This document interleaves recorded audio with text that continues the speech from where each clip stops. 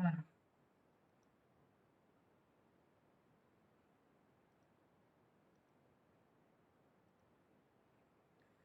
Donc, au niveau du cours de ce module intitulé Théorie des langages, vous voyez qu'il y a mon nom et il y a le nom de mon collègue Monsieur Laichi de la section A. Donc, on travaille en étroite collaboration avec, je travaille en étroite collaboration avec Monsieur Laichi. Donc, c'est les mêmes cours, même série et tout, même sujet.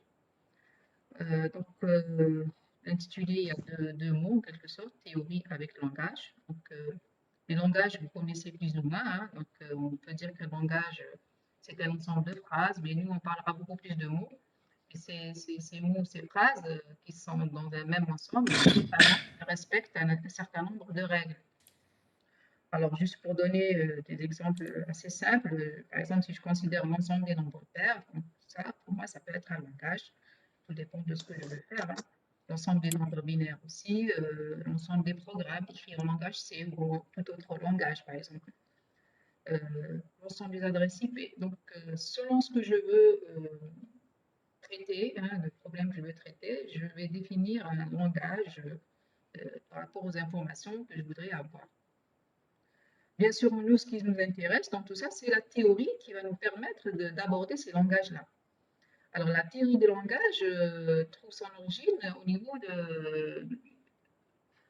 à partir de 1956, lorsque le linguiste Noam Chomsky, qui est toujours en vie d'ailleurs, il voulait formaliser le langage naturel. Il voulait trouver un formalisme pour décrire de manière rigoureuse, sans ambiguïté, le langage naturel.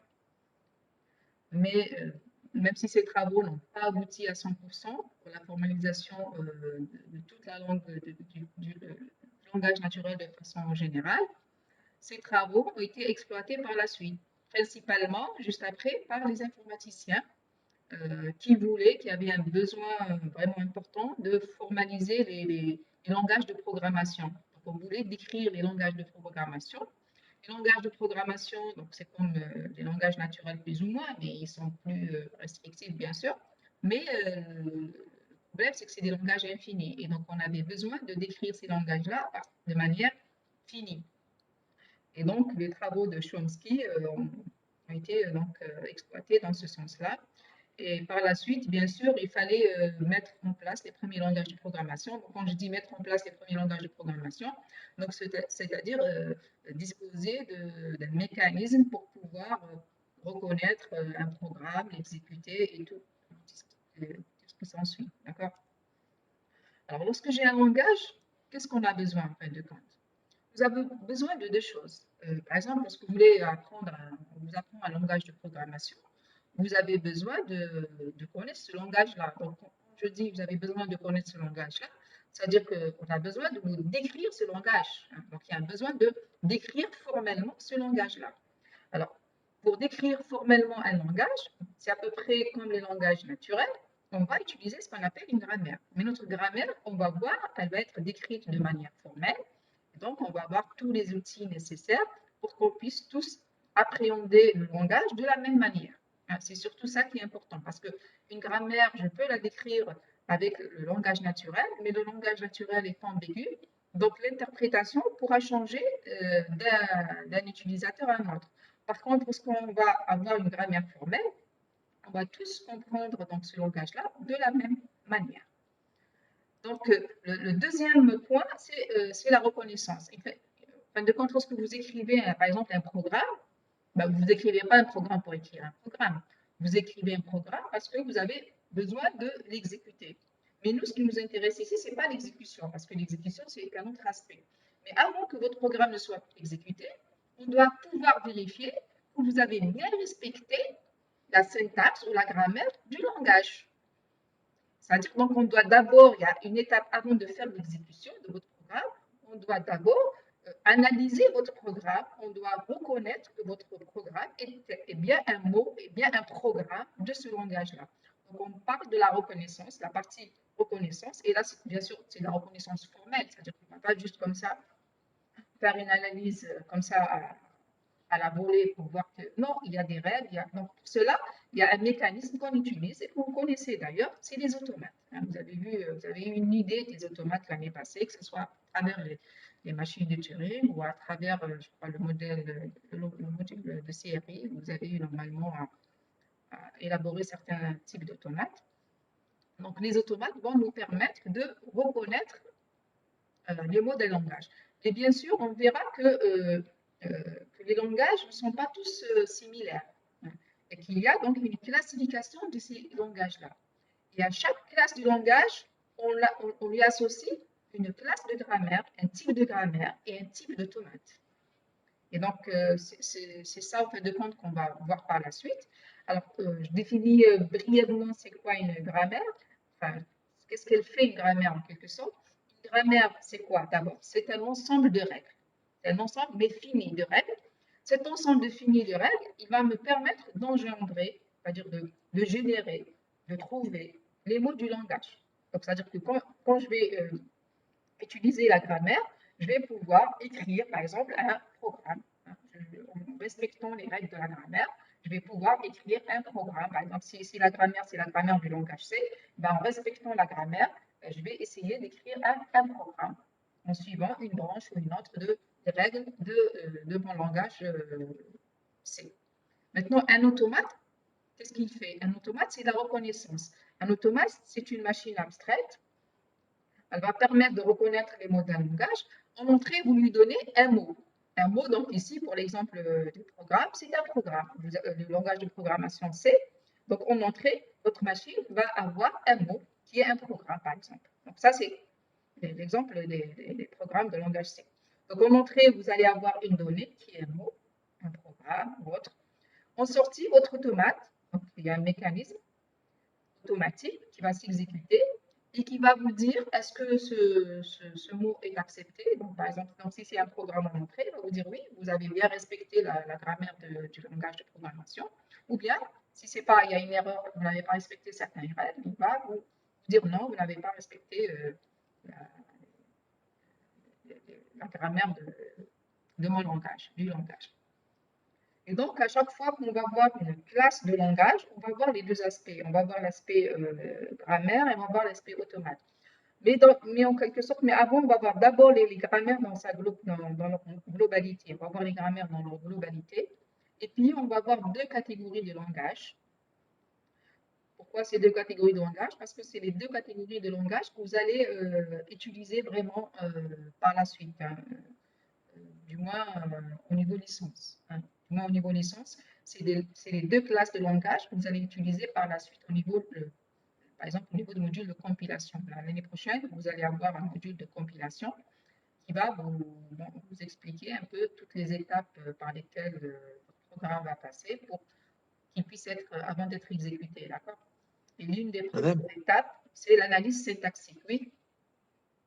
s'il vous plaît, j'ai pas bien saisi la différence. Je sais ce que c'est qu'un automate, mais j'ai pas bien saisi la différence entre la grammaire et l'automate. Il y a une grande différence. Hein. Une grammaire, l'automate, vous lui donnez un mot. Oui, En entrée, d'accord. il va dire, est-ce que c'est comme la machine de Turing? Quelque sorte. Oui, La d'accord. machine de Turing, telle que vous l'avez vue, vous ne l'avez pas vue pour la reconnaissance. Vous l'avez vue pour calculer des fonctions calculatoires. Mais on peut Oui, l'utiliser pour la reconnaissance. Euh, d'accord. D'accord. Par contre, une grammaire, vous ne lui donnez pas un mot, une grammaire. Vous allez avoir des règles. Par exemple, vous allez dire que mon programme, il commence par une en-tête. Puis, vous avez une partie déclaration, puis vous avez une partie instruction. Et donc, vous allez écrire votre programme en respectant ces règles-là. Donc, une grammaire D'accord. va permettre de générer, en respectant une règle, vous allez produire. Vous allez produire D'accord. un mot, vous allez produire un programme. Madame, D'accord, très bien. Oui, madame, on peut dire qu'un automate vérifie la grammaire d'un mot. non, non, pas, il ne vérifie pas la grammaire d'un mot, non. Un automate, un automate d'un langage, par exemple. Mais il y a une relation, il y aura une relation, on va voir la relation qu'il y a entre automate et grammaire, bien sûr. Parce que vous avez un langage, vous pouvez lui écrire une grammaire, vous pouvez lui écrire un automate. Il y aura une relation entre l'automate et la grammaire. On peut passer de la grammaire vers l'automate et de l'automate vers la grammaire. On va voir pour une classe de langage que ce passage il est assez simple. Pour d'autres classes de langage, c'est moins simple. Le passage est moins évident à faire. Mais bien sûr, il y a une relation Madame, sur derrière. quel critère Mais, le mot est mais accepté chacun, dans le stage? il a sa tâche. Ce n'est pas la même chose. Pas le même Madame, objectif. Oui, oui. Madame, sur quel critère l'automate dit que ce mot-là est accepté ou rejeté? Ah là, on va voir après. Ça maintenant, c'est. J'ai dit sur quel critère il va accepter ou rejeter Il va analyser le mot. Il y aura une analyse. Il va analyser le mot. Mais l'automate, il faut écrire. Et en quelque sorte, c'est des instructions à exécuter aussi. Il y aura des instructions à exécuter. Il faut écrire. Donc, la personne qui doit faire ça, vous allez apprendre à écrire des automates. Vous allez apprendre à écrire des grammaires. Vous allez apprendre à écrire des automates. D'accord. Donc, en quelque sorte, l'automate fait le travail de compilateur. Non, non, non, non, non, non. Non, non, non, l'automate ne fait pas le travail de compilateur. Le travail de compilateur, parce que déjà, au niveau de la théorie des langages, on s'intéresse qu'à l'aspect syntaxique. D'accord? Maintenant, au niveau du compilateur, il y a plusieurs étapes. Il y a la première étape, c'est l'analyse, on pourrait dire, c'est l'analyse lexicale et syntaxique. D'accord? C'est la partie qui va justement utiliser les outils qu'on va développer dans ce cours-là. Par la suite, il y a d'autres étapes dans le compilateur. Parce que le compilateur, à la fin, il ne vous dit pas simplement que votre programme est syntaxiquement correct. Il va générer un code intermédiaire, il fait un peu de l'analyse sémantique, pas beaucoup, mais il fait un peu de l'analyse sémantique, tel que tout ce qui est typage, tout ce qui est. Donc, il n'y a pas que la partie analyse syntaxique. C'est un outil utilisé par le compilateur, mais ce n'est pas le tout. Voilà, donc par exemple, dans l'analyse syntaxique ou dans l'analyse lexicale, on va utiliser justement ces outils-là. Bien sûr, ils seront ces outils de base qu'on vous donne maintenant. En théorie de langage, on vous donne les outils de base. Après, au niveau de module compilation, vous allez exploiter ces outils-là et bien sûr, il y aura derrière autre chose. Vous allez avoir, c'est la première brique. Là, on est en train de vous donner la première brique. D'accord. D'accord? Madame, s'il vous plaît. Oui. Madame, du coup, J'ai pas entendu, s'il vous plaît. Madame, J'ai pas entendu, hein, Shiraz. Madame, je répète. Du coup, on peut dire que chaque langage a son propre. J'entends pas votre question. Hein. Essayez peut-être de l'écrire sur les. Madame, pouvez-vous soulever un peu le son? J'essaie de soulever le son. Je sais pas, les autres, est-ce que vous m'entendez? Il y a Abdo qui me dit que. Oui, on vous entend, madame. On vous entend. D'accord, ok.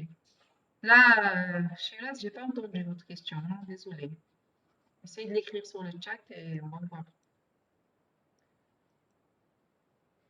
Alors, ce qu'il faut savoir maintenant, c'est que, enfin, on va s'arrêter là concernant le. C'est juste pour vous dire que la théorie de langage a beaucoup d'applications, mis à part la compilation, c'est la première application que vous allez voir l'année prochaine. C'est reconnaître qu'un langage, qu'un programme d'un langage est syntaxiquement correct. Donc, c'est la première application. Alors, peut-on dire que chaque langage a son propre automate? Et chaque langage, on peut lui construire un automate. On peut d'ailleurs construire plusieurs automates. On verra que c'est comme lorsqu'on vous demande, vous avez un problème d'écrire un programme, chacun peut écrire un programme à sa façon. Là aussi, chacun peut écrire un automate à sa façon, mais il doit être similaire, bien sûr, il doit être équivalent dans un certain sens. C'est-à-dire que le résultat doit être le même.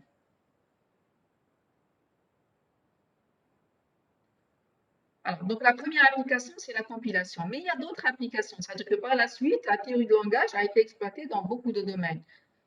Des domaines que vous utilisez tous les jours. Par exemple, rechercher une chaîne dans un fichier. Souvent, lorsque vous êtes la recherche souvent, vous donnez un mot, ben, vous pouvez donner des motifs. Et là, derrière cette petite recherche, avant de faire la recherche, il y a un mécanisme qui est qu'on est en train de, ce qu'on va voir dans ce cours-là. Donc, la même chose, recherche dans un répertoire.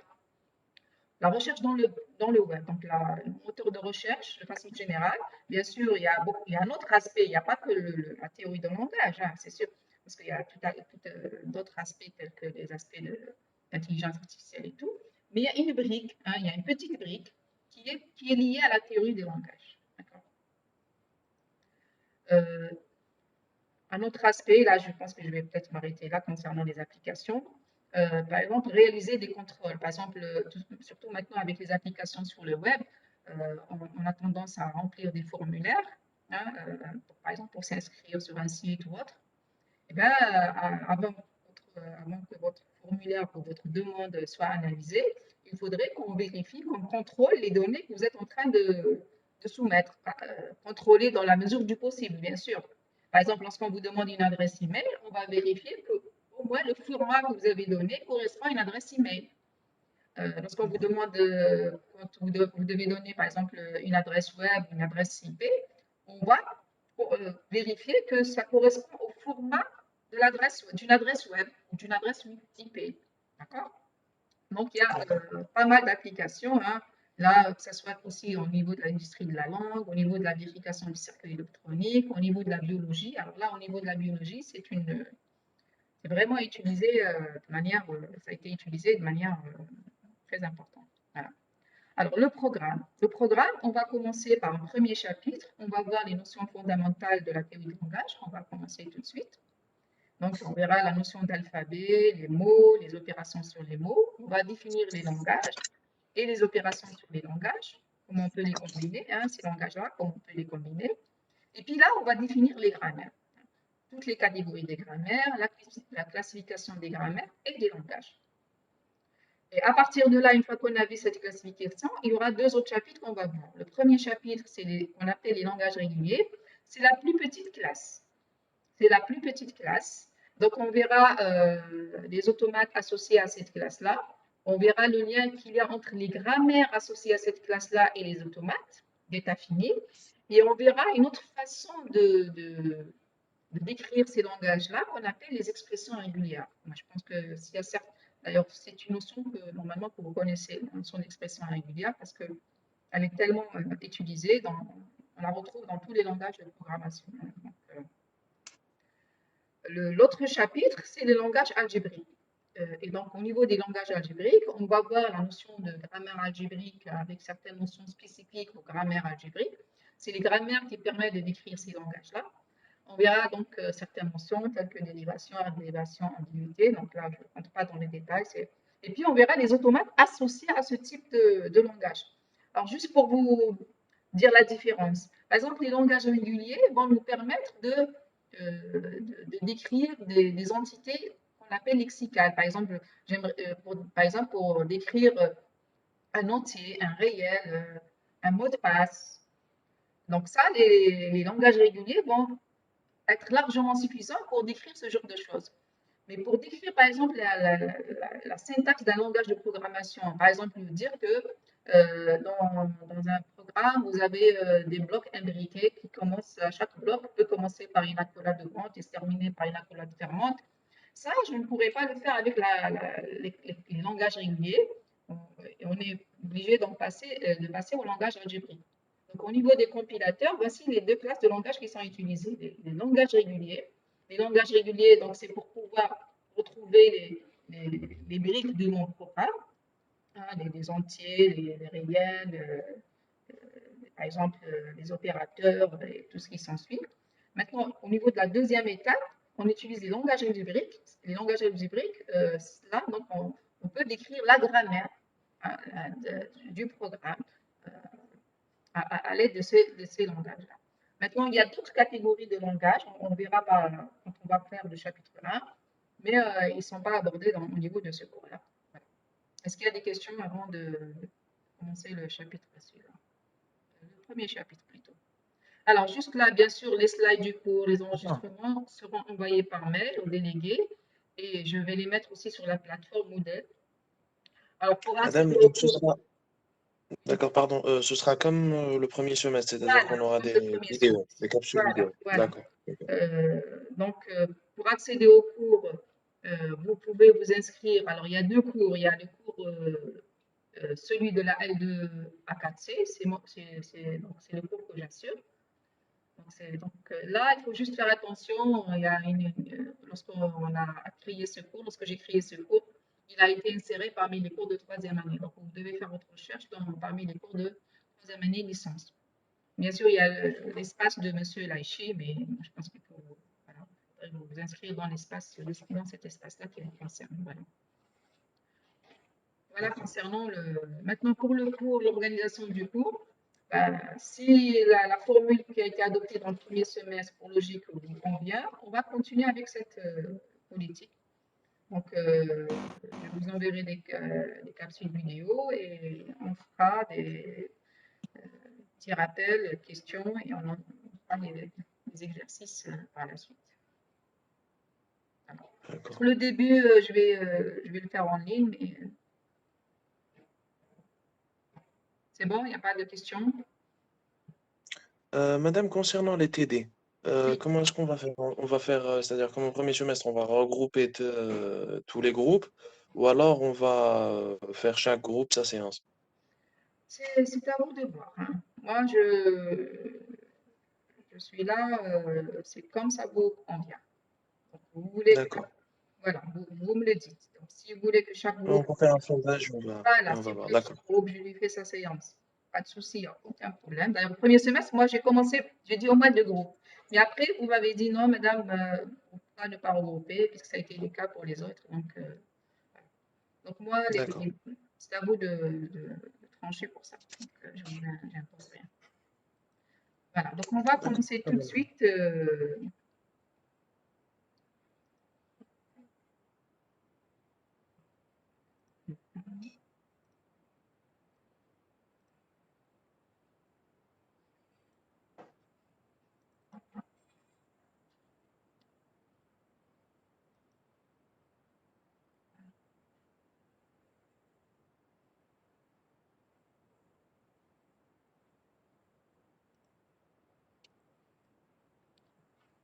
Voilà, donc on va commencer directement. Hein, la notion principale d'un langage, c'est la notion d'alphabet. C'est comme d'un langage naturel. Vous devez, avant de définir un langage, vous devez dire c'est quel est son alphabet.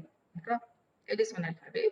Donc un alphabet, formellement, c'est quoi? C'est un ensemble. Il doit être fini, il doit être non vide. Vous ne pouvez pas dire j'ai un alphabet qui est vide. Mais vous ne pouvez pas aussi dire qu'un alphabet est infini. Donc vous devez donner un ensemble qui est fini et non vide. Alors, les éléments de cet ensemble, on les appelle des lettres ou symboles. Par la suite, je parlerai. Quand je dis une lettre, ce n'est pas une lettre alphabétique, c'est une lettre de l'alphabet. Donc, c'est un symbole qui apparaît dans cet ensemble-là, je dirais que c'est une lettre. Alors, des exemples d'alphabet, alphabet binaire, donc 0,1, alphabet décimal, 0,9, l'alphabet des gènes, par exemple, A, T, C, G, l'alphabet des expressions arithmétiques, plus, moins, je veux dire les opérations, plus, moins, étoile, division, les parenthèses, les nombres, les chiffres décimaux, 0 jusqu'à 9, ainsi de suite. Donc l'alphabet, je le définis par rapport au langage sur lequel je vais travailler, tout simplement. Maintenant, une fois que j'ai défini l'alphabet, je définis c'est quoi un mot. Ben, un mot, ça va être quoi? Ça va être une suite de symboles de l'alphabet, tout simplement. Un mot, c'est une suite, un mot sur un alphabet X est une suite qui est finie. Alors, on vous dit éventuellement vide. On va voir que le mot vide, il a une importance par la suite. Hein. Dans un premier temps, vous ne voyez pas l'intérêt du mot vide. Pourquoi je définis ces mots? Le mot vide, c'est comme le zéro, en quelque sorte, au niveau des expressions arithmétiques. Donc, c'est juste une suite de symboles. Donc, par exemple, si vous prenez l'alphabet binaire, 0, 1, et ben, ça, 0, c'est un mot. 1, 0, c'est un mot. 0, 1, 0, 0, 0, c'est un mot. Si vous prenez l'alphabet des gènes, donc A, C, G, T, ben, il suffit qu'une concaténation de ces A, T, T, G, C, T, c'est un mot. Donc, maintenant, si je prends l'alphabet des expressions arithmétiques, 5 plus 3, c'est un mot. 7 étoile, étoile, étoile, c'est un mot. Plus étoile, étoile, parenthèse fermante, parenthèse fermante, parenthèse fermante, c'est un mot. Qu'est-ce que vous remarquez ici, par exemple, dans le dernier exemple? Il y a des expressions forces, des mots qui Voilà, n'ont c'est pas pas de forcément là, je suis en train de dire c'est quoi un mot. C'est pas forcément des expressions arithmétiques au sens qu'on connaît. Donc, parce que pourquoi? On n'a pas encore défini c'est quoi un langage. C'est le langage qui va dire voilà, moi je vais prendre les mots qui respectent telle et telle règle. D'accord? Donc, un mot, c'est juste une suite finie de Suite. symboles de l'alphabet. Oui, c'est bon? Madame, pourquoi est-ce qu'elle est fausse, la dernière? J'ai pas entendu. C'est pas Pourquoi est-ce qu'elle qu'elle est est fausse? fausse, non, l'expression, le troisième mot, plus, Oui. plus, étoile, étoile, étoile, parenthèse fermante, trois parenthèses fermantes. Vous voyez que ça, c'est pas une expression arithmétique, mais c'est un mot, Oui. c'est un mot de l'alphabet. Ah oui, bien sûr, d'accord. D'accord? D'accord. D'accord. Parce que quand j'ai présenté l'alphabet, j'ai dit que c'est l'alphabet des expressions arithmétiques. Mais quand j'ai donné un mot, je n'ai pas donné une expression arithmétique. D'accord? D'accord. J'ai donné un mot de l'alphabet. Un mot de l'alphabet. Maintenant, pour les notations, le mot vide, c'est une suite d'éléments. Il va être noté, on va le noter pour pouvoir le distinguer. On le note avec ce symbole-là qu'on appelle epsilon. C'est epsilon, vous connaissez epsilon mathématique pour autre chose. Mais là, pour nous, en théorie de langage, ça représente une suite vide d'éléments de l'alphabet. Alors, l'ensemble des mots formés à partir d'un alphabet grand X, il est noté X étoile. Donc, l'ensemble de tous les mots. Alors, est-ce que cet ensemble-là, pour vous, il est fini, il sera infini ou comment? Est-ce qu'il sera fini ou il sera infini, cet ensemble-là? Ça dépend de Ça, l'engagement. Infini, madame. Infini, madame, parce qu'on peut faire plusieurs combinaisons avec.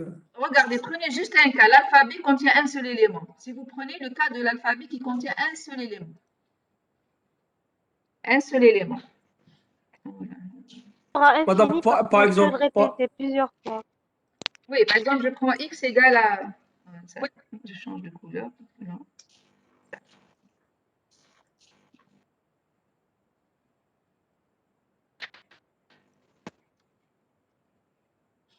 Alors, je reprends. Par exemple, si vous prenez X... je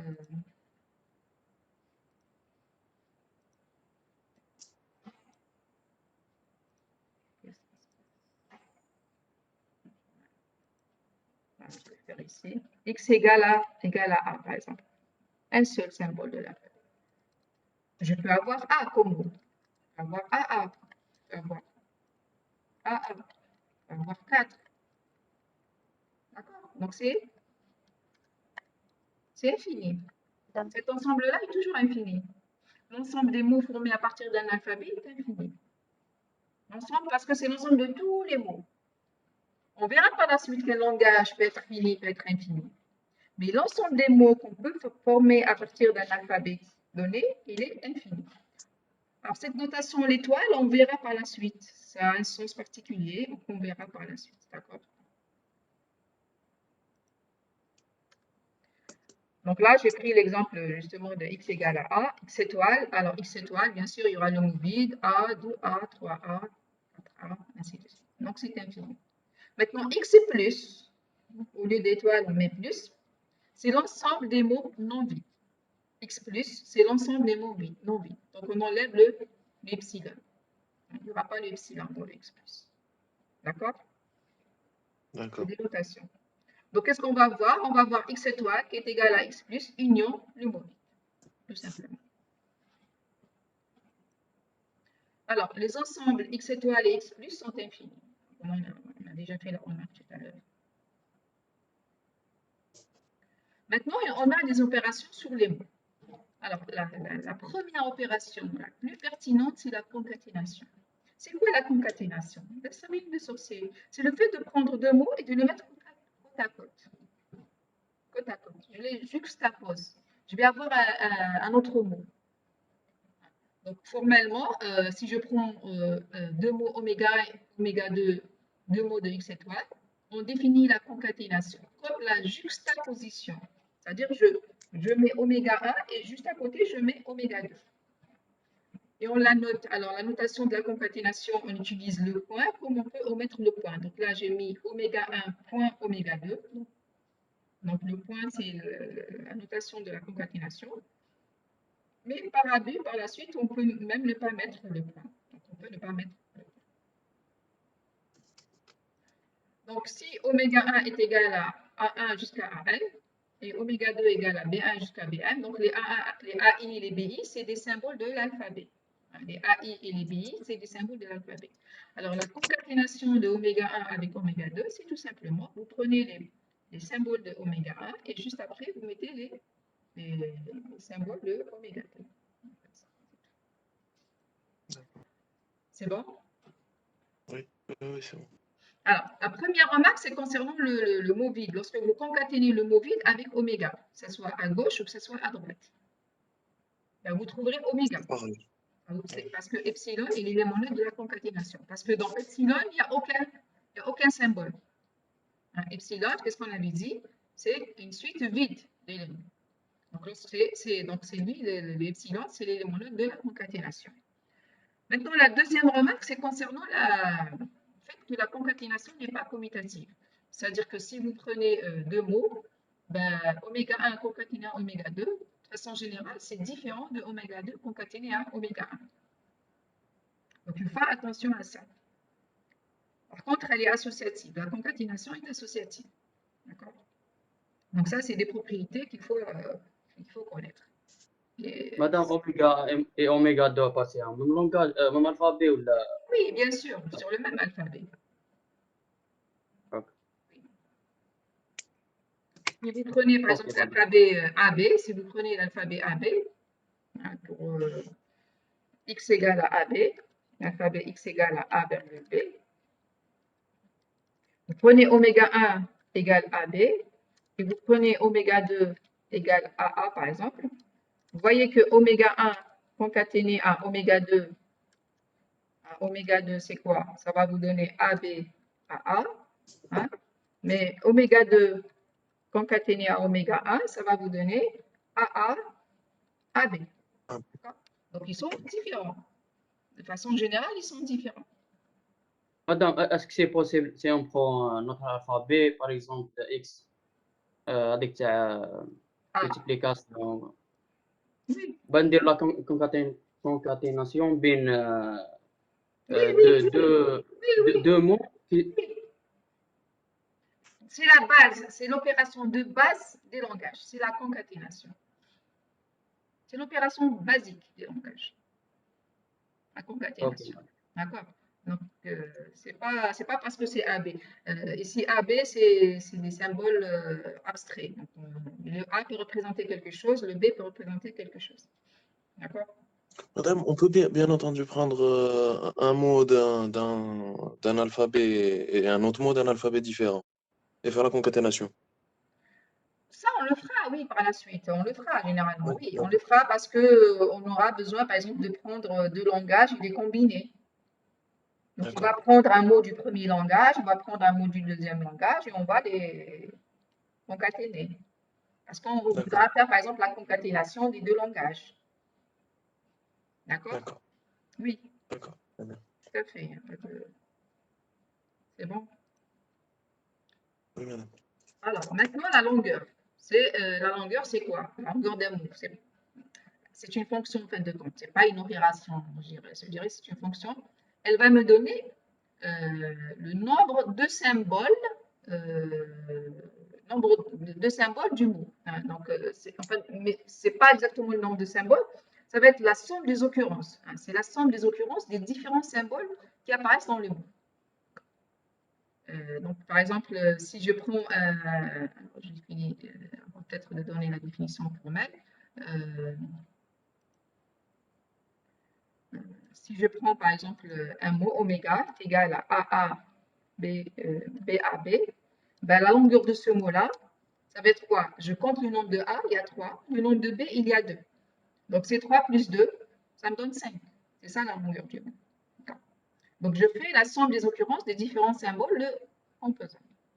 Alors, il y a deux notations. Il y a LG, entre parenthèses, je mets le mot, ou bien la barre. La barre, ça vous rappelle le cardinal. Et là, sur un mot, quand on met les deux barres, ça me donne, c'est pour dire que j'ai besoin de la longueur du mot. D'accord? D'accord. Alors, la définition formelle concernant la longueur, c'est que la longueur du mot vide, c'est 0, puisque le mot vide ne contient aucun symbole. La longueur d'une lettre, c'est toujours 1, quelle que soit la lettre. D'accord? La longueur d'une lettre, c'est toujours 1. Et donc, la longueur d'un mot, alors je peux le voir comme étant la concaténation d'une lettre avec un autre mot. Hein. Donc, la longueur de A concaténé à oméga, c'est quoi? C'est la longueur de la lettre qui est 1 plus la longueur de oméga. Donc, quel que soit A, c'est la lettre, et quel que soit oméga, c'est x étoile. Donc, ça, c'est une définition inductive, itérative. Donc, par exemple, longueur de AB, c'est 2. Longueur de ABA, donc, puisqu'il y a 2A et un seul B, donc ça me donne 3. Longueur de ABB, donc c'est aussi 3, ainsi de suite. Donc, maintenant, ça, c'est une notation qu'on utilisera par la suite. Madame, Oui, madame, si on aurait eu l'alphabet plus les opérations arithmétiques, c'est-à-dire AB de 1. Ici, comment on va définir la longueur? la longueur c'est toujours un symbole de l'alphabet, c'est toujours 1, hein, quel que soit. Par exemple, si vous dites l'alphabet, c'est par exemple c'est opération plus étoile, et G étoile plutôt, et G c'est les chiffres de 0 jusqu'à 9. Et vous prenez un mot oméga, par exemple, qui est égal à 21 plus 34. D'accord? 21 plus 34. Oui. Alors, qui va me donner la longueur ici? 5. 5. 5. 5, voilà, 5. Parce que pour moi, l'alphabet, c'est les chiffres, c'est pas les nombres. D'accord. Si je préfère ne pas maintenant vous introduire à un autre niveau. Hein. Pour le moment, on laisse comme ça. Donc là, ça va être 5. D'accord? C'est bon. Madame, pourquoi est-ce que ça va être D'accord, 5? merci. J'ai pas bien suivi, madame. Moi. Parce J'ai que pas bien suivi. je compte les symboles de l'alphabet. 2, c'est un symbole Oui, de l'alphabet. 1, c'est un symbole de l'alphabet. d'accord. Plus, c'est un symbole D'accord. de l'alphabet. Ça fait 3. Après, il y a 3, c'est un chiffre, donc c'est un symbole de l'alphabet. Ça fait 4. Et 4, c'est un symbole de l'alphabet. Ça fait 4. Ça fait 5. D'accord. D'accord? On D'accord. compte les nombres, combien il y a de symboles. Ah, d'accord, d'accord. Oui. D'accord, d'accord. Très bien. Alors, cette notation, lorsque je mets un indice ici, et là, je mets A, hein, ici, et lorsque vous mettez ici ce A-là, ça veut dire que je vais trouver le nombre d'apparitions du A, le nombre de A dans le mot. Nombre de A dans le mot. Donc, par exemple, ici, dans l'exemple précédent, ABA, le nombre de A dans ce mot-là, c'est 2. D'accord? Le nombre de B dans ce mot-là, c'est 1. D'accord. Alors là, c'est juste un truc mathématique. La fonction longueur est une application de x étoile vers 1. Jusqu'à tout. Madame, Oui. pour le langage humain, c'est-à-dire là, comme le français, l'arabe, les phrases sont considérées comme des mots, c'est ça? Vous savez, il vaut mieux ne pas. Il faut aller parce que même avant d'aller au langage humain, vous avez le langage de programmation. Vous avez deux Oui. niveaux. Vous avez le premier niveau où vous considérez que votre programme, c'est une suite de symboles. C'est une suite, c'est un fichier qui contient une suite de symboles. Et donc, dans la première étape, vous allez découper d'abord votre programme en une suite d'entités lexicales, qu'on appelle par exemple telles que entier, réel, opérateur, ainsi de suite, un mot réservé. Donc, dans une seconde étape, vous allez avoir cette suite-là. Et donc, cette première phase, c'est l'analyse lexicale. Après, vous considérez que vous avez donc une suite de cette manière-là. Vous allez faire l'analyse dans une seconde étape pour voir la structure de votre programme. Donc, par la suite, on peut considérer d'autres entités autres que les mots. Non, non, votre alphabet va changer en quelque sorte. C'est votre alphabet qui change. Par exemple, ici, je reviens en arrière. Ici, j'aurais pu prendre comme alphabet X égale à plus, virgule 0, virgule 1, virgule NB, où NB représente un nombre. D'accord? Donc là, c'est un autre alphabet. Je l'appellerai X2, par exemple. X2. X2, c'est plus étoile. 0, non, je n'ai pas le 0, j'ai directement NB. Voilà, NB. Ou NB représente un nombre, un nombre décimal.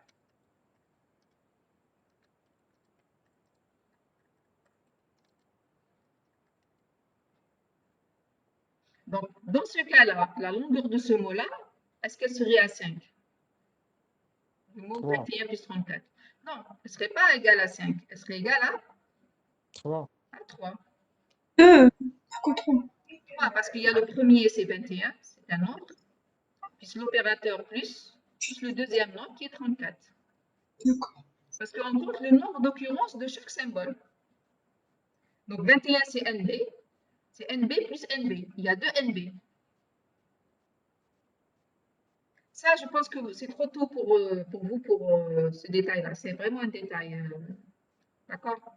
Madame, pour qu'un mot appartienne à un langage, il faut que toutes ces occurrences On appartiennent à n'est pas l'alphabet. encore arrivé là. Attendez, pas encore. Patientez. Là, on est au niveau mot, on n'est pas encore au niveau langage.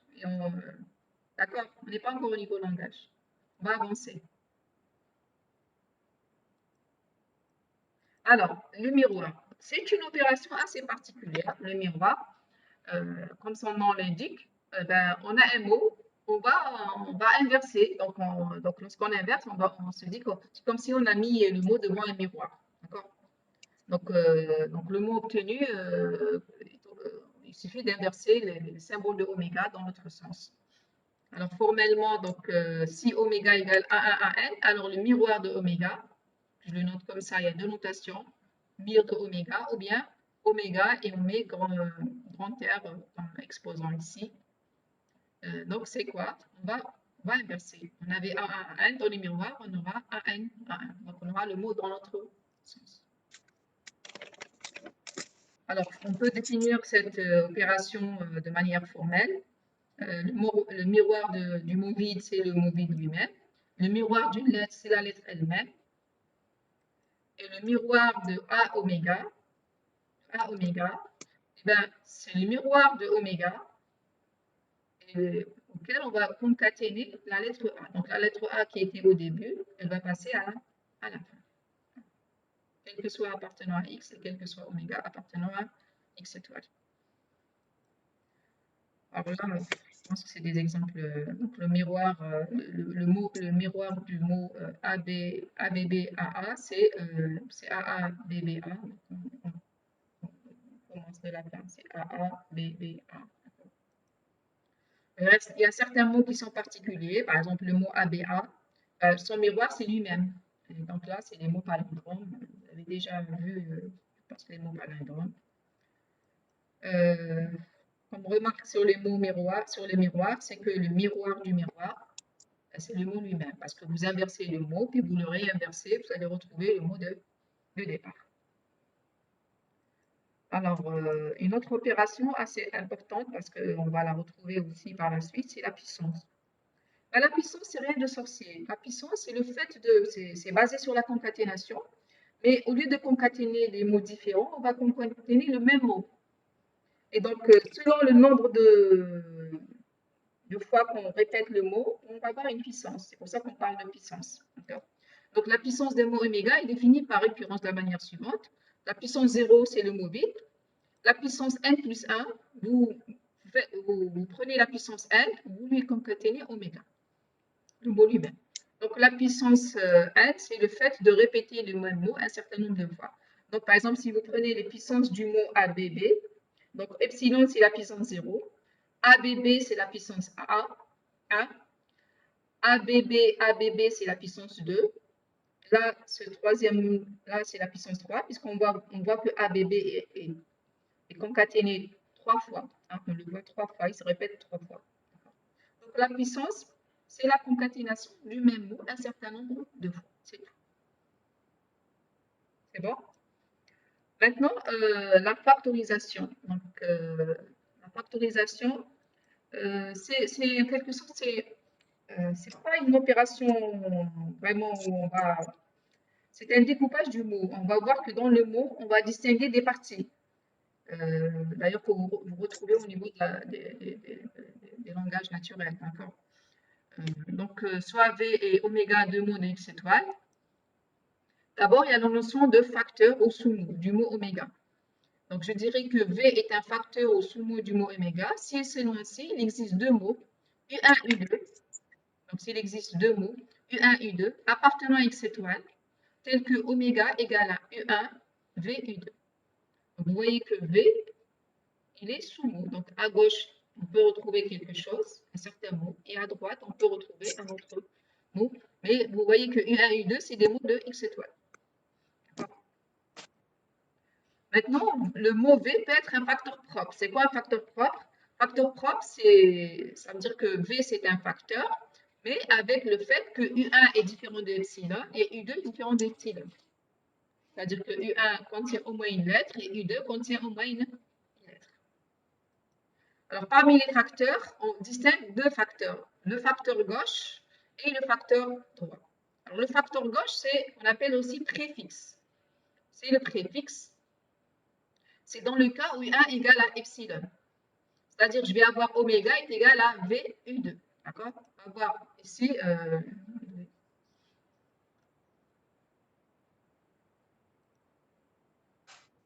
Ici, vous allez avoir. Voilà. Vous allez avoir oméga est égal à V U2. Dans le cas de préfixe. Et dans le cas de suffixe, donc facteur droit, c'est suffixe, vous allez avoir oméga est égal à U1 V. Donc ici, dans le cas de préfixe, oméga commence avec V. Et dans le cas de suffixe, oméga se termine avec le mot V. Oméga se termine avec le mot. Madame, s'il vous plaît, est-ce que vous pouvez répéter ce point? Le préfixe et le suffixe. Oui.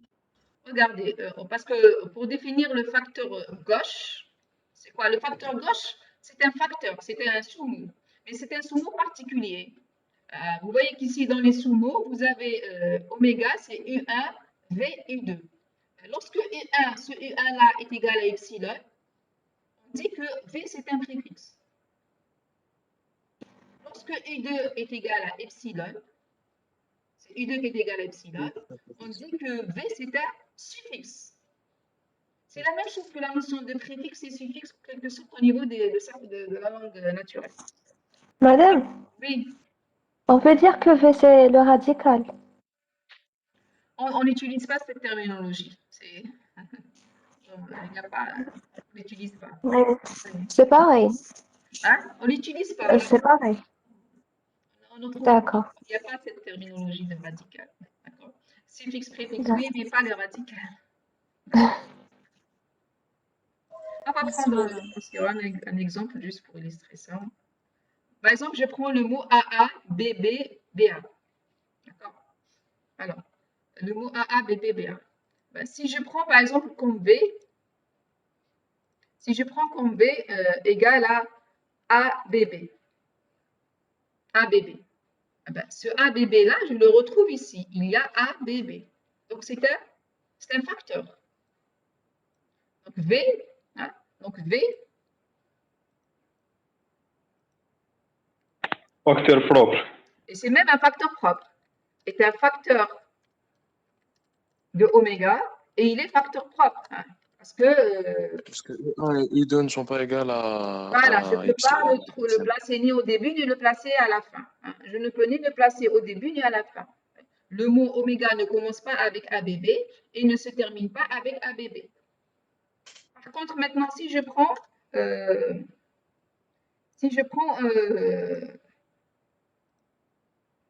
un autre mot. Je prends V est égal à AAB.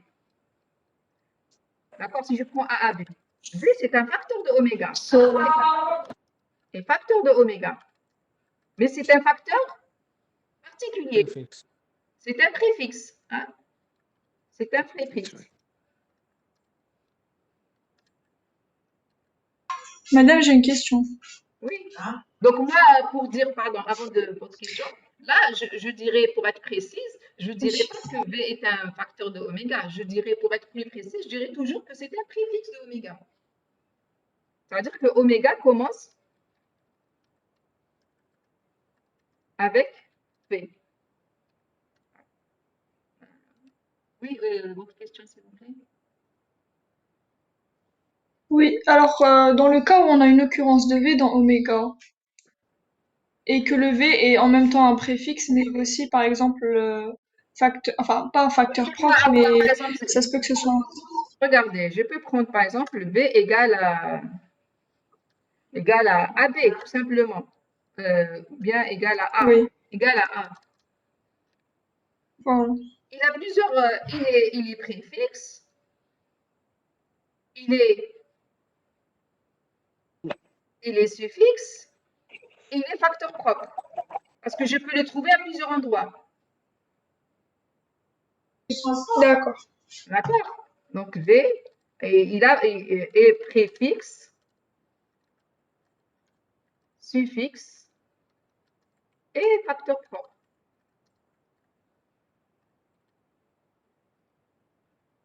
C'est bon?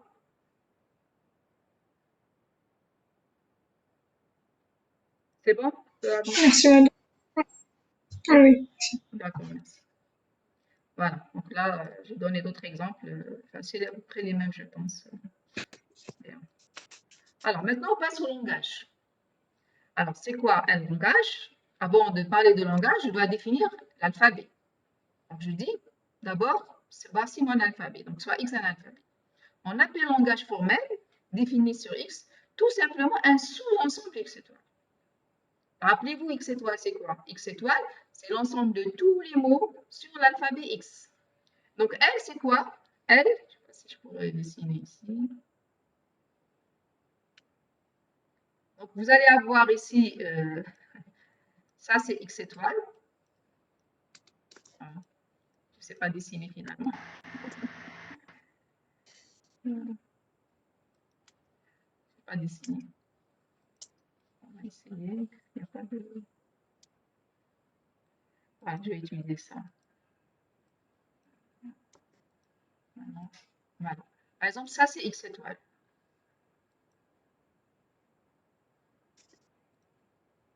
Ça c'est X étoile. C'est l'ensemble X étoile.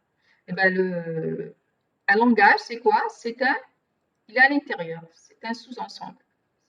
Voilà, il est là. C'est un sous-ensemble. Donc ça, c'est L. Il est à l'intérieur. Un sous-ensemble. Inclus ou égal. D'accord? Inclus ou égal. Donc au maximum, c'est tout l'ensemble.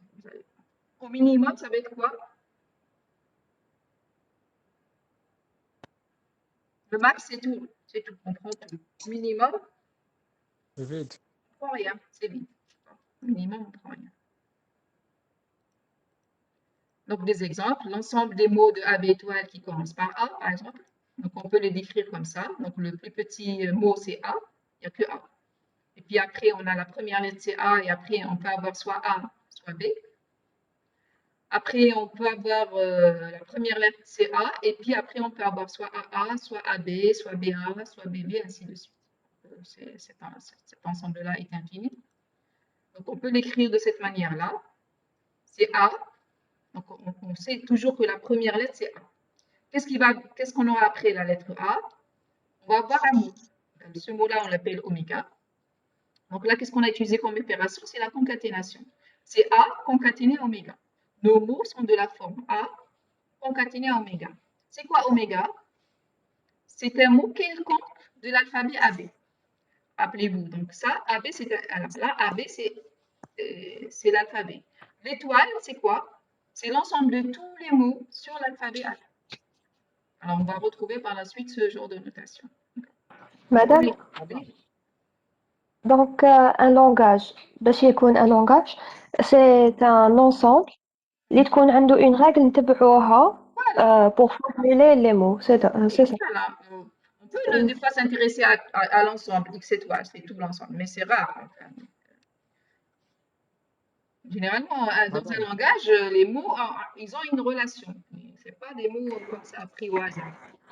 D'accord. Il y a toujours besoin. C'est parce que si je fais ça, c'est parce que généralement, j'ai besoin de quelque chose. Ce n'est pas parce que, juste parce que je veux avoir les mots qui commencent par un. Par exemple, si je prends les nombres binaires, si je m'intéresse aux nombres binaires qui se terminent par 0, en fin de compte, derrière, il y a une idée. Les nombres binaires qui se terminent par 0, ce n'est pas n'importe quel nombre binaire. C'est les nombres binaires qui sont pairs. Donc, lorsque je veux, par exemple, m'intéresser aux nombres binaires pairs, ben, je vais regarder ceux qui se terminent par les 0. Alors, deuxième exemple, l'ensemble des mots de AB étoile de longueur strictement inférieure à 3.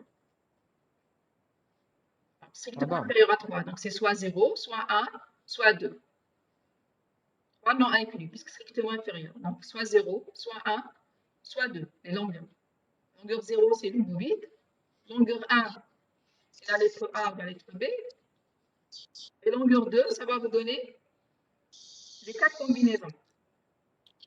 AA, AB, BA, BB. Donc, ce langage-là, il est fini. Le langage L1 est infini, et ce langage-là, il est fini. D'accord? Alors, un langage vide est un langage qui ne contient aucun mot.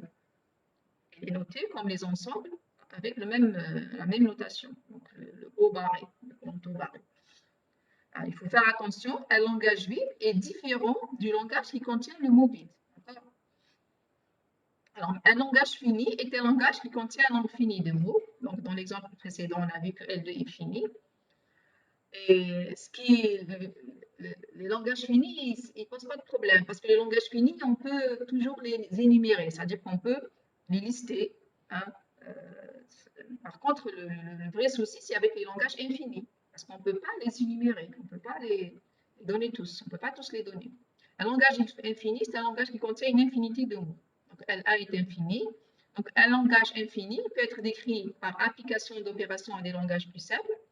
Donc, on verra par la suite que certains langages, on va les décrire en combinant d'autres langages. Juste après, on verra les opérations. Ou bien par un ensemble de règles, appelées grammaire. Donc, on va donner les règles qui vont nous dire, voilà, ces règles-là, en fin de compte, vont décrire notre langage. Là aussi, dans la suite de ce cours-là, on verra justement les grammaires. Maintenant, un langage est dit propre s'il ne contient pas le mot vide. Enfin, ça, c'est dans la terminologie. Nous, dans le cours, vraiment, on va pas... C'est juste une information pour vous. Maintenant, le langage vide est différent du langage qui contient le mot vide. Donc ça, je l'ai dit tout à l'heure, c'est pas la même chose. Le mot vide, c'est un mot. D'accord? Maintenant, opération sur les langages. Alors, on va hériter de toutes les opérations ensemblistes. L'union, l'intersection, le complément, la différence, le produit. Donc, toutes les opérations que vous connaissez sur les ensembles, on peut les faire sur les langages parce que le langage, c'est rien d'autre qu'un ensemble. Donc, l'union de deux langages, l'intersection de deux langages, le complément d'un langage. Donc, quand je définis le complément, c'est toujours par rapport à l'alphabet. Regardez, c'est l'ensemble des mots oméga, tel que oméga appartient à X étoile et oméga n'appartient pas à L. Donc, les mots qui sont en dehors de L, mais par rapport à X étoile.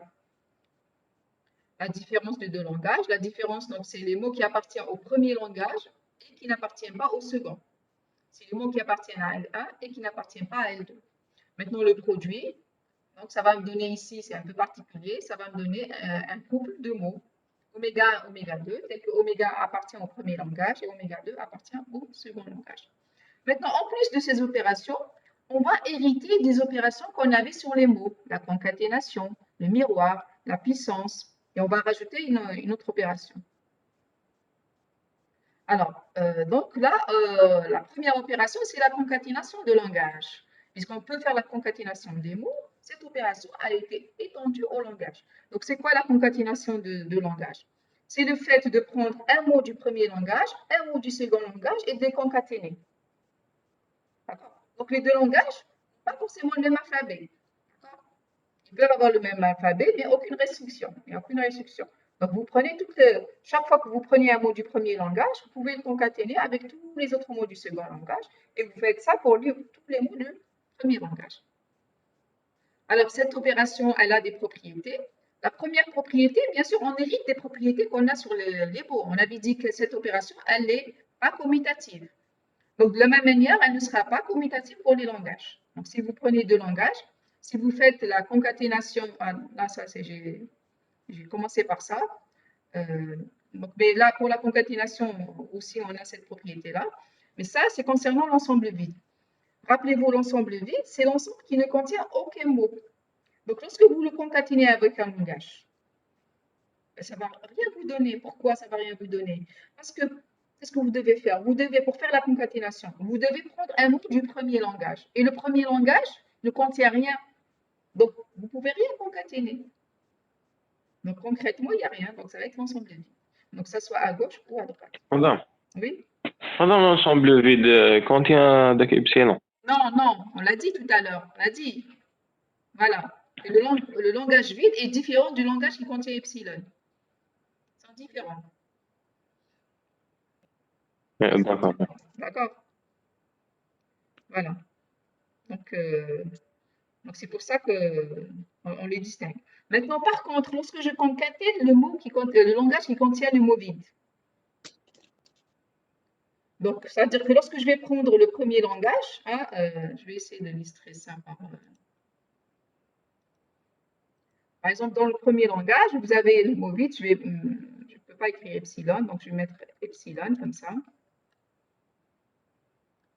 Et le deuxième langage, il contient, par exemple, des mots, oméga 1, oméga 2, jusqu'à, par exemple, oméga n, ainsi de suite. Qu'est-ce qu'on a dit pour la concaténation? Vous prenez un mot du premier langage. Le premier langage contient que le mot vide. Vous allez le concaténer au mot du second langage. Donc, vous allez epsilon le concaténer à oméga 1. Et on a vu que epsilon, c'est l'élément neutre de la concaténation. Donc, ça va vous donner oméga 1. Epsilon concaténé à oméga 2. Vous donnez oméga 2 jusqu'à oméga n. Ça va vous donner oméga n, ainsi de suite. Donc, vous allez retrouver le mot de votre langage. Donc, epsilon, le langage qui contient epsilon concaténé à 1 est égal à L1 concaténé epsilon égal à L1. Par contre, lorsque vous avez le mot vide, lorsque vous avez le langage vide plutôt, le langage vide, il n'y a rien. Et que vous le concaténez à un langage,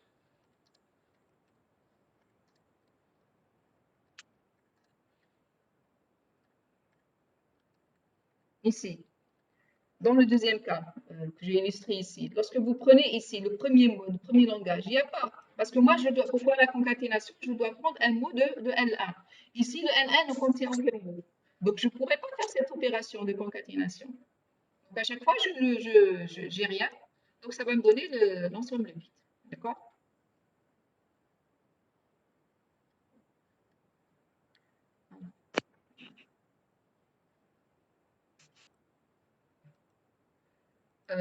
Le miroir. Donc, le miroir, on va utiliser l'opération miroir. Donc, vous prenez le langage L, vous appliquez le miroir sur tous les mots de L. Vous obtenez le langage miroir de L. D'accord? La puissance. Alors, la puissance, tout à l'heure, on avait vu la puissance d'un mot. Et là, on va voir la puissance d'un langage. Et c'est une extrapolation. Donc, on peut faire la puissance à l'ordre 0. Donc, la puissance 0, c'est que vous ne faites rien. Vous obtenez le langage qui contient le mot vide. La puissance, par exemple, d'ordre 2, c'est que vous concaténez le même langage deux fois. Par exemple, le langage L avec L. Mais c'est quoi L avec L? Alors, je vais essayer de faire des annotations. Par exemple, imaginez que L, c'est le langage qui contient la A, par exemple, AB, tout simplement. On va prendre un exemple tout simple. Si je prends L concaténé à L, avant de faire le L, si je prends par exemple la puissance du mot AB, puissance 2. Puissance 2. Alors là, je ne peux pas faire la puissance, mais je pense que vous comprenez. AB. C'est AB AB. D'accord? Maintenant, si je prends le langage L concaténé à L, c'est quoi? C'est A virgule AB concaténé avec A virgule AB. Et donc, ça, c'est quoi? Vous prenez un mot du premier, vous le concaténez à un mot du second. Et vous faites toutes les combinaisons. Le premier, AB, A avec A, ça A. A avec AB, ça me donne AB. Après, je prends AB avec A, ça me donne ABA. Et AB avec AB, ça me donne AB. Voilà, ça me donne toutes les possibilités. Donc, en fait de compte, c'est la concaténation du même langage, mais dans le langage, il y a des mots différents. Donc, ce qui fait que, après, ça va vous donner quelque chose d'assez particulier. Donc, je peux faire la puissance 2, la puissance 3, ainsi de suite. Donc, L puissance 0, c'est toujours le langage, ce n'est pas le langage vide. L puissance 0, c'est une convention. L puissance 0, c'est le langage qui contient le mot vide. L puissance n plus 1, c'est L puissance 1 concaténé à L. D'accord? Là, c'est un peu parce que, rappelez-vous, lorsqu'on a défini la puissance sur les mots, oméga puissance 0, on a pris le mot vide aussi. D'accord? Voilà, concernant la puissance concaténative.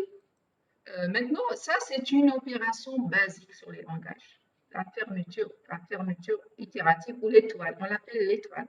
On porte le nom de l'étoile. Ben, elle est définie à partir de la puissance concaténative. C'est-à-dire c'est L étoile, c'est L0, union L1, union LK, toutes les puissances. Hein. C'est union LI et puissance 0. Tout à l'heure, au début, lorsqu'on a défini X étoile, j'ai dit que c'est l'ensemble de tous les mots sur l'alphabet X. Je vais revenir sur ça, justement. Alors, mais avant ça, on définit ce qu'on appelle l'étoile propre, ou epsilon libre. C'est L+. Ce plus-là, on l'a déjà défini tout à l'heure. Tout à l'heure, c'était un peu particulier. Mais là, je l'ai défini en disant le L+, c'est quoi? C'est l'union des LI, I supérieur ou égal à 1. C'est-à-dire c'est L1, union L2, union L3, union LK, ainsi de suite, jusqu'à la fin. On exclut juste le L0. On exclut le L0. Alors, si je compare le L étoile avec L+, est-ce que je peux dire que le L+, ne contient pas epsilon? Le L étoile contient toujours le mot vide, puisqu'il contient le L0. D'accord? Le L étoile. Il contient toujours L0. Donc, il y aura toujours le mot vide. Maintenant, le L+, est-ce qu'il contient toujours le mot vide? Est-ce qu'il contiendra le mot vide?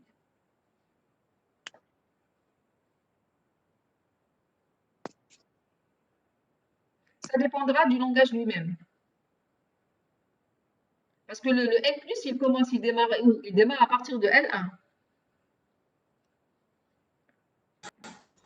Madame, j'ai pas compris votre question. Là, c'est juste pour comparer. Regardez, la différence entre le L étoile et L+. Qu'est-ce qu'il est? La seule différence, c'est que dans le L+, on ne retrouve pas le L0. D'accord?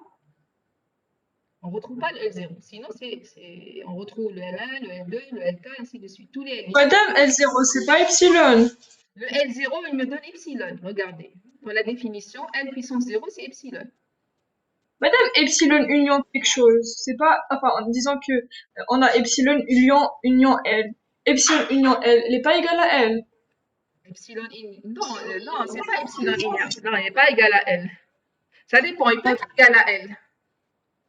Alors, ça dépend. Il peut être égal à L. Vous pouvez donner un exemple, s'il vous plaît. Hein? Par exemple, je prends L. Si je prends L égale à tout simplement à AB. Donc, si je prends l'ensemble epsilon,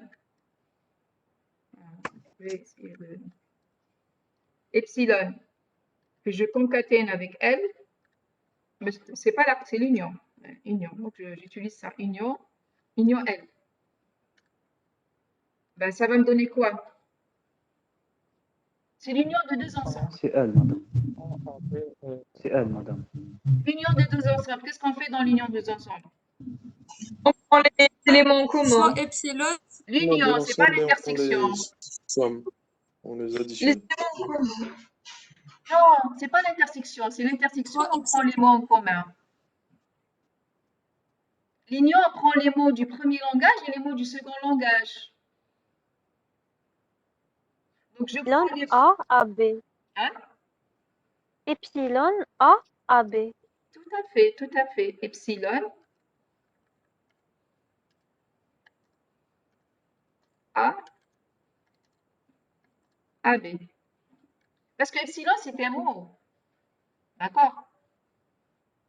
Dans quel cas ça va être le même? Dans quel cas ça va être le même?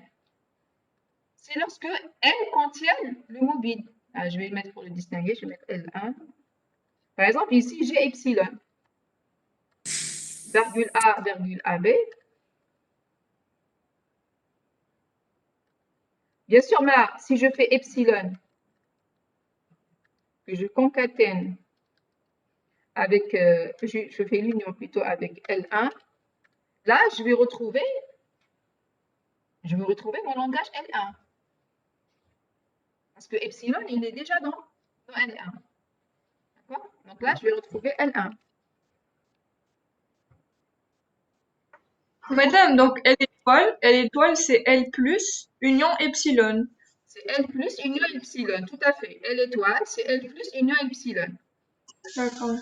Qu'est-ce qui différencie? Alors, dans certains cas, on a L étoile égale à L plus. Alors, dans quel cas L étoile égale à L plus?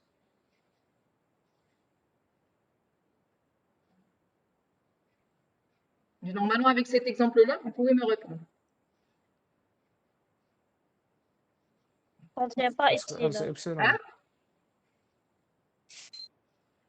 Lorsque L contient epsilon, un des L au moins contient contient epsilon, epsilon. très bien. Lorsque L contient epsilon, lorsque L contient epsilon, L plus et L étoile, c'est la même chose. Parce que vous allez retrouver dans L puissance 1, dans la puissance 1, vous allez retrouver l'epsilon. Il sera dans les deux langages, dans L étoile et dans L plus. D'accord? Voilà. Donc, ça me donne. Je vais arrêter. Madame, la séance est فيها 1h30. Je sais pas, moi, j'ai pas. Qu'est-ce que Madame, vous avez justement, j'allais vous dire, en fait, la durée, C'est la 1 heure. durée maximum des séances, c'est 1 heure. Voilà, donc pour les cours, c'est 1h15. Ah, d'accord. C'est pendant le mois de Ramadan, vraiment. D'accord, ok. Donc, on va Et en présentiel, c'est 1 heure. Voilà. D'accord, donc on va avancer 5 minutes, je pense. Donc la remarque, c'était ça. Si epsilon appartient à L, alors epsilon appartient à L étoile et epsilon appartient à L plus. En fin de compte, on a l'égalité. Hein. Par contre, si epsilon n'appartient pas à L, alors epsilon appartient à L étoile et epsilon n'appartient pas à L plus.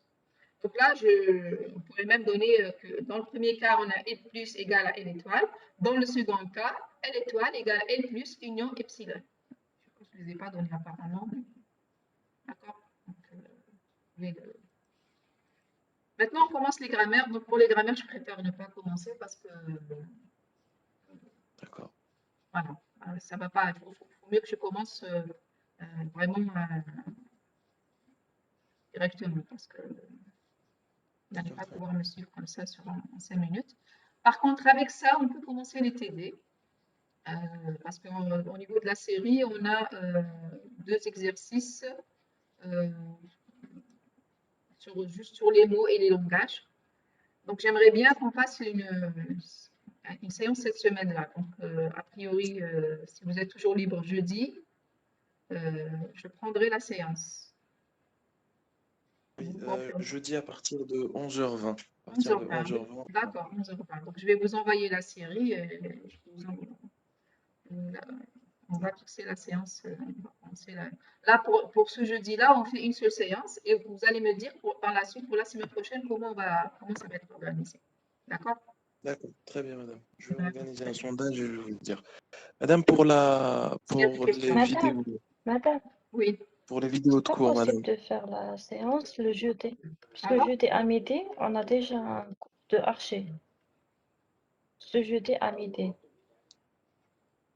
Je ne sais pas, moi, parce que c'était C'est Sydney qui m'avait dit que vous étiez libre à 11h. Je vais revérifier, madame, juste Revérifiez, vous me dites. D'accord. l'archive et je vous dis, je vous envoie un mail directement. Voilà, oui. Je vais- Même si c'est un autre jour, c'est D'accord. pas grave.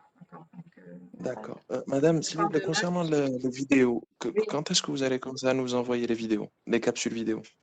Je vais voir, donc peut-être pas la semaine prochaine.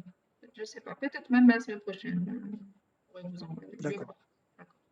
Très bien. Madame, est-ce que vous pouvez nous envoyer la série?